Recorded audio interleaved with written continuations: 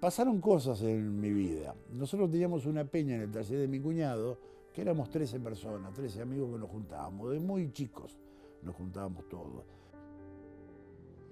Por esas cosas de la vida fueron falleciendo. Lo extraño fue que todos fallecieron muy jóvenes. Y siempre con el último que había quedado jorobábamos, dale, ahora te toca a vos, dale, te toca a vos. Nos cargábamos mutuamente cada vez nos encontrábamos. Y falleció él, quedé yo. Y es una cosa cuando uno se empieza a replantear ciertas cosas en la vida. Y hablando con un amigo en común, le digo, habla el último de los mohicanos. No daba para poner en negocio el nombre El último de los mohicanos. Y se me ocurrió, volviendo a mi época que leía las aventuras, había un personaje que se llamaba Gilgamesh, que era Gilgamesh el Inmortal, que era un personaje de las viejas epopeyas, y se me ocurrió poner el nombre ese, como inmortalizar, como que yo era el último que quedaba para hacer revivir todas esas cosas.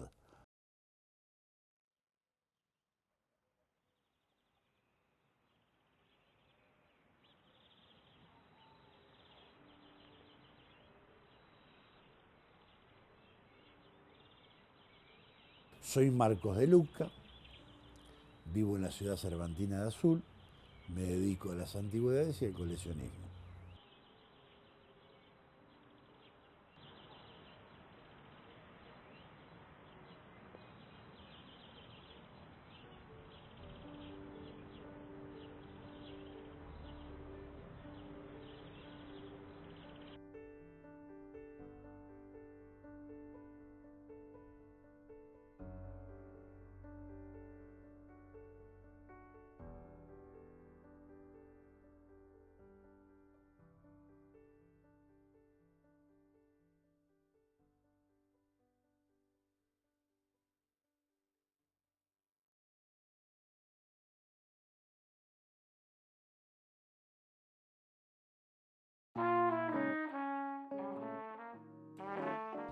Bueno, en el año 69, mi hermano mayor, hoy fallecido, se fue a estudiar medicina a La Plata.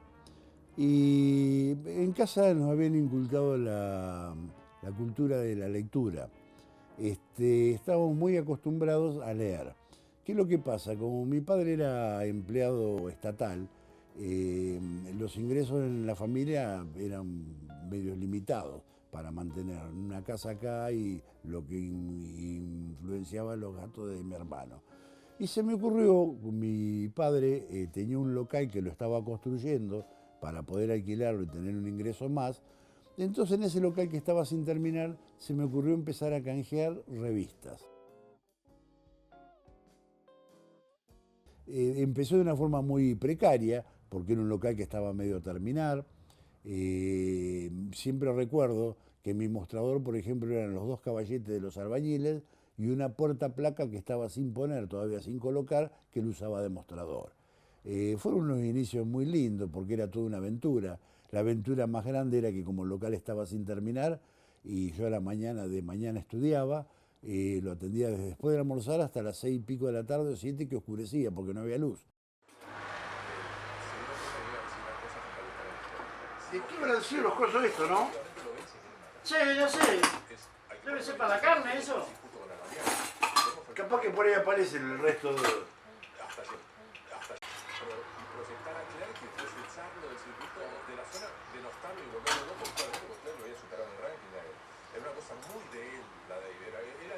Esa con cariño, porque no. Sí, está media. Sí. Falta revirada. Yo la quise tocar porque. Y esto corre riesgo de que se quiebre, porque es tipo antimonio.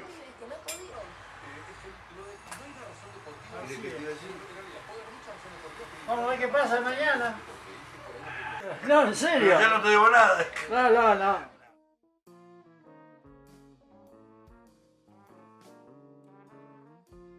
Si bien es un negocio que yo no tenía proveedores, en determinado momento apareció una persona que la aprecié mucho yo, un señor de Remedio de Escalada, Roberto López Camelo. Ese hombre venía en una estanciera, que en ese momento era 0 kilómetros, y traía revistas y libros, me revendía, que eran los sobrantes de las editoriales. Y bueno, este hombre en determinado momento no pudo viajar más y vino con la triste noticia de que era el último viaje que hacía porque se tenía que operar de caderas, pero que él nos había dejado la carta de presentación donde él compraba en Buenos Aires. Y mi primer vez en ese lugar, yo me parece que no llegaba a los 14 años que fui a visitar ese lugar. Que fue todo muy complejo porque era gente muy complicada, entonces el trato era medio también chocante para uno que iba de acá del interior. Yo por otro lado era chico para viajar. Entonces aprovechaba cuando, por ejemplo, que viajaba a Buenos Aires a verlos a mis tíos, a visitarlos, para empezar a concurrir a este lugar, iba con el dinero y le compraba. Entonces yo me tomaba el trabajito de bajar piso por piso, revisando las puertitas esas, a ver si la gente había tirado alguna revista. Y entonces cada vez que iba a Buenos Aires me volvía con 30, 40 revistas de las que iba tirando la gente. Esa era una forma que fui consiguiendo, digamos, material.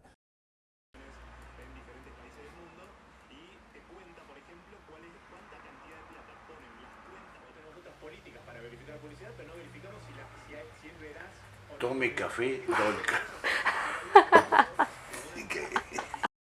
Cuando un trabajo empezaba a ser rutinario, ya dejaba de interesarme. Y siempre buscaba algo nuevo, algo distinto donde aprender. ¿Qué pasa? Al chocarme con este negocio, cuando empiezo con el tema de las antigüedades de eso, en cierta forma empiezo desde muy chico. ¿Por qué? Me gustaba ir a los remates. Yo trabajé dentro de los trabajos que hice con un tío mío que era martillero. Y ahí empecé a apreciar y a conocer en el tema de antigüedades que en esa época la gente no le prestaba atención. Y yo al revés, me interesaban ese tipo de cosas. Y empecé a aprender, empecé a leer, a asesorarme, lo mismo que por ejemplo con uno de los rubros que tengo que es la parte numismática.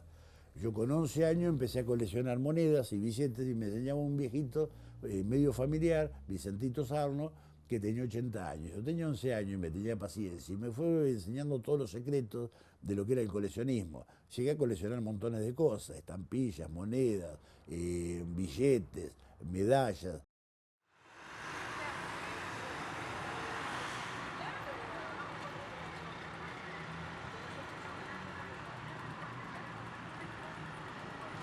La cola, la verdad, está buena. Viene con instructivo y todo.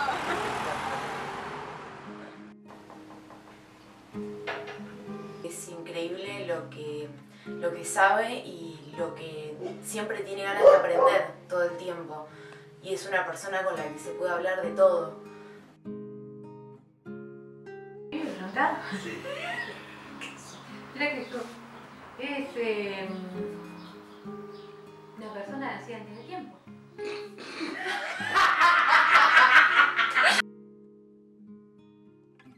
Mi hija Jala, que a ella le gustan mucho las antigüedades y tienen grandes charlas. A ella le gusta ir a visitar su negocio porque como no está acá. Siempre fui una persona muy ansiosa y con ganas de aprender. Yo entraba en el trabajo que entrase, me gustaba aprender todo el movimiento, cómo era, cómo no era, de dónde salían las cosas, cómo se hacían. ¿Pero por qué? Porque llegó un momento que me cansaba. Cuando un trabajo empezaba a ser rutinario, ya dejaba de interesarme. El negocio este actual tiene una diferencia con los otros, que no es rutinario. Es algo nuevo todos los días. Uno cuando abre la puerta del negocio no sabe qué va a entrar por la puerta ni qué voy a vender.